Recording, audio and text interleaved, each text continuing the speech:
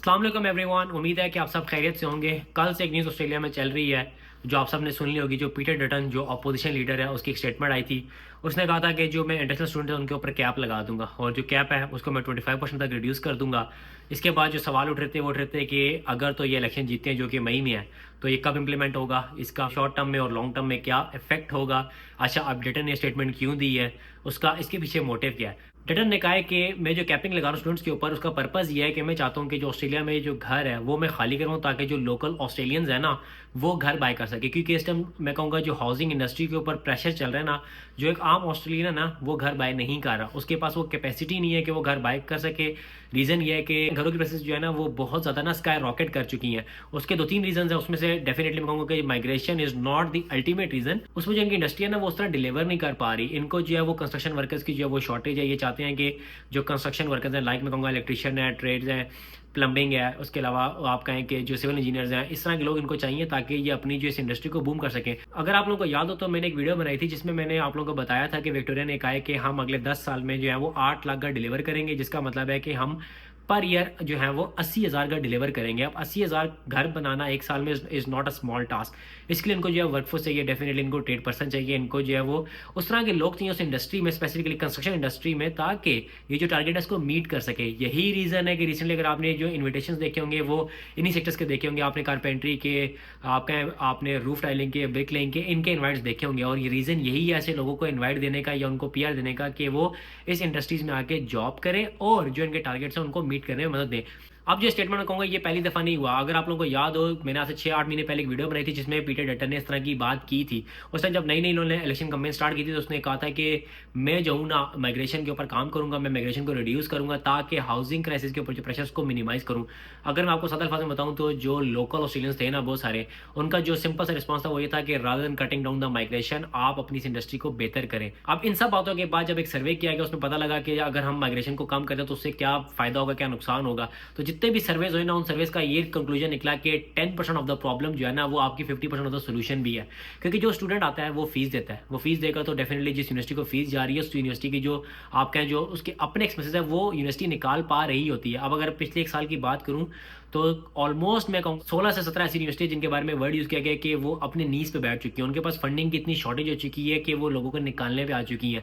यही रीज़न है कि आप कहें जो चेयरमैन हैं ना यूनिवर्सिटीज़ के, उन्होंने आके बात की, उन्होंने कहा कि भाई आप 10% प्रॉब्लम को 50% सोल्यूशन पे और कम नहीं कर सकते। आप जो स्टूडेंट आएगा वो डेफिनेटली वो रेंट भी पे करेगा, वो जॉब भी करेगा, वो टैक्स भी पे करेगा, तो वो टैक्स भी पे करेगा। तो डेफिनेटली जो स्टूडेंट्स है वो कंट्रीब्यूट ज़्यादा कर रहे हैं as compare to your problem. अब इसकी स्टेटमेंट के बाद मैं कहूँगा कि डिफरेंट लोगों ने जो है ना वो डिफरेंट तरह के चेक्स मारे। मैं इस वीडियो में साथ स्क्रीनशॉट भी अटैच करता जाऊँगा विद रेफरेंसेस। जिस तरह गार्डियन की रिपोर्ट आई उसने कहा कि फैक्ट चेक करके देखते हैं, are international students making it harder to find a play student as detain claims. तो इनके सर्वे के according just 4% of Australian rental properties और less than 1 in 20 are occupied by international student, the property council says. अब इस report से clearly visible है कि only 4% जो ऑस्ट्रेलियन रेंटल प्रॉपर्टीज हैं वो स्टूडेंट्स के पास है। तो इसका मतलब है जो 4% अगर आप लोगों ने या स्टूडेंट्स ने या जो ओवरसीज से लोग आते हैं अगर उन्होंने प्रॉपर्टीज ऑक्यूपाई की हैं तो वो कंट्रीब्यूट किस तरह कर रहे हैं। डेफिनेटली जिन लोगों ने बच्चों ने फीस निकालनी होती है या जो आप कहें कि यहाँ पे रहते हैं, जॉब्स करते हैं, अपने एक्सपेंसेस मीट करते हैं, तो definitely they have to do some sort of jobs वो करते हैं। फिर जब उनकी समर ब्रेक्स आती हैं, सेमेस्टर ब्रेक्स आती हैं तो वो उसमें ज़्यादा जॉब्स करते हैं, ज़्यादा पैसे कमाते हैं, फिर ज़्यादा टैक्स पे करते हैं। तो technically they are giving more back to Australia as compare to जो वो यहाँ से ले रहे हैं। मूविंग ऑन, अब यहाँ पे जो डटन की स्टेटमेंट है डेफिनेटली इसके ऊपर थोड़ा सा एनालिसिस करना जरूरी था, इसलिए आई टेकन सम टाइम। मुझे वीडियो कल बनानी थी लेकिन मुझे कल टाइम नहीं मिल सका, so that's I am making a video. अब डटन की स्टेटमेंट का मतलब ये कि जो ये कैपिंग लगेगी ना ये कमेंस होगी फ्रॉम 2026। ऐसा नहीं है कि वो कल जो है वो गवर्नमेंट में आएगा, अगर मई में इलेक्शन जीता है गवर्नमेंट बना लेगा और कहेगा जून में से जो स्टूडेंट के ऊपर कैपिंग लगा दो, ऐसा नहीं है। और ये कैपिंग किस तरह इफेक्ट करेगी, किन यूनिवर्सिटी को इफेक्ट करेगी, किन किन पे इफेक्ट करेगी, ये सारी चीज़ें जानना बहुत जरूरी है। प्लस डटन ने इस स्टेटमेंट में एक और बात भी की थी, उसने कहा था कि हम जो है वो फीस भी बढ़ाएंगे स्टूडेंट वीज़ा। अब वो किन यूनिवर्सिटी की बढ़ी है, कितनी बढ़ी है, वो भी मैं इस वीडियो में आगे चल के बात कर लेता हूँ।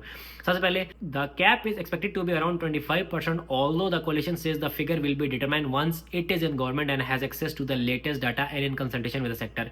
देखिए उसने खुद स्टेटमेंट दी कि 25% जो है वो रिडक्शन दे दूंगा, लेकिन कहा कि हम जब गवर्नमेंट में आएंगे हम डाटा निकलवाएंगे, डाटा निकलवा के कंसल्टेशन करेंगे सेक्टर के साथ और फिर हम बताएंगे कि हमने कितने % कट लगाना है। जो फिगर आया हुआ है कि the 80,000 reduction in new overseas student commencement will be in comparison to 2023 levels.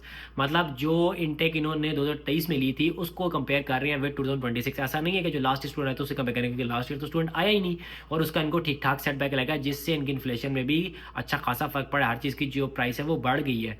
The coalition expect to overwhelmingly affect metropolitan rather than regional universities where pressure on housing and infrastructure is most acute। तो उन्होंने ये भी कह दिया कि हमारा जो target होगा वो होगा कि हम मेट्रोपॉलिटन जो एरियाज है उनको टारगेट करें, हम रीजनल जो है यूनिवर्सिटीज उनको टारगेट ना करें। The कोalition also said that it would raise the student visa application charge to 5,000 for group of 8 universities and $2,500 for remaining international students। मतलब जो फीस है इसको बढ़ा देंगे, अगर आप ग्रुप ऑफ 8 यूनिवर्सिटीज में अप्लाई करेंगे तो आपको $5,000 जो यूनिवर्सिटी फीस देनी पड़ेगी, और अगर आप बाकी यूनिवर्सिटी में अप्लाई करें तो $2,500 देनी पड़ेगी। इस सारे को करने का पर्पज ये है कि चाहते हैं कि ग्रुप ऑफ 8 यूनिवर्सिटीज में सिर्फ वही लोग हैं जो पढ़ने की टेंशन से आ रहे हैं। जब आप एक $5,000 की फीस देंगे तो डेफिनेटली जो है आप वहाँ पे आके स्टडी करेंगे। इसके साथ इन्होंने ये भी बोला है कि अगर तो आप कोर्स चेंज की तरफ जाएंगे तो उसके ऊपर भी इन्होंने प्रपोज किया कि $2,500 की जो चेंज ऑफ कोर्स फीस है उसको भी इंप्लीमेंट किया जाए, ताकि जब आप नई सी अप्लाई करें या नया कोर्स अप्लाई करें तो आपको $2,500 एडिशनल फीस पे करनी पड़े। And they are doing all this just to make sure कि जो गैप्स है इनके स्टूडेंट वीजा प्रोसेस में उसको ओवरकम किया जाए। अब इसका जो रिस्पॉन्स है वो यूनिवर्सिटीज ने भी दिया and it's worth to have a look on the response. उन्होंने क्या रिस्पॉन्स दिया है? The sector respond. The sector has been quick to respond to the morning announcements.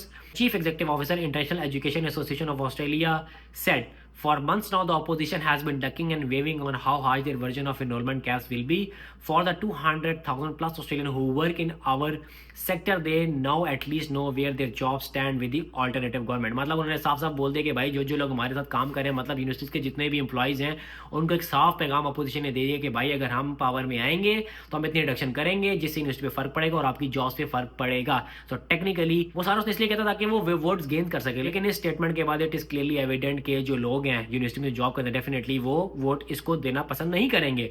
He also said some of the data that they have thrown into their narrative is questionable. For example, this morning announcement referred to a 65% increase in overseas student number under the government over the last 12 months. This figure is clearly made up। मतलब वो कहते हैं कि जिन्होंने data release किया उसमें बता रहे हैं कि 65% जो है वो इंक्रीज है स्टूडेंट में, जबकि फिर साल तो इतना स्टूडेंट आए ही नहीं है। तो वो कह रहे हैं कि जो ये इन्होंने फिगर भी दिया है, जो कोट किया, वो टोटली मेड अप है।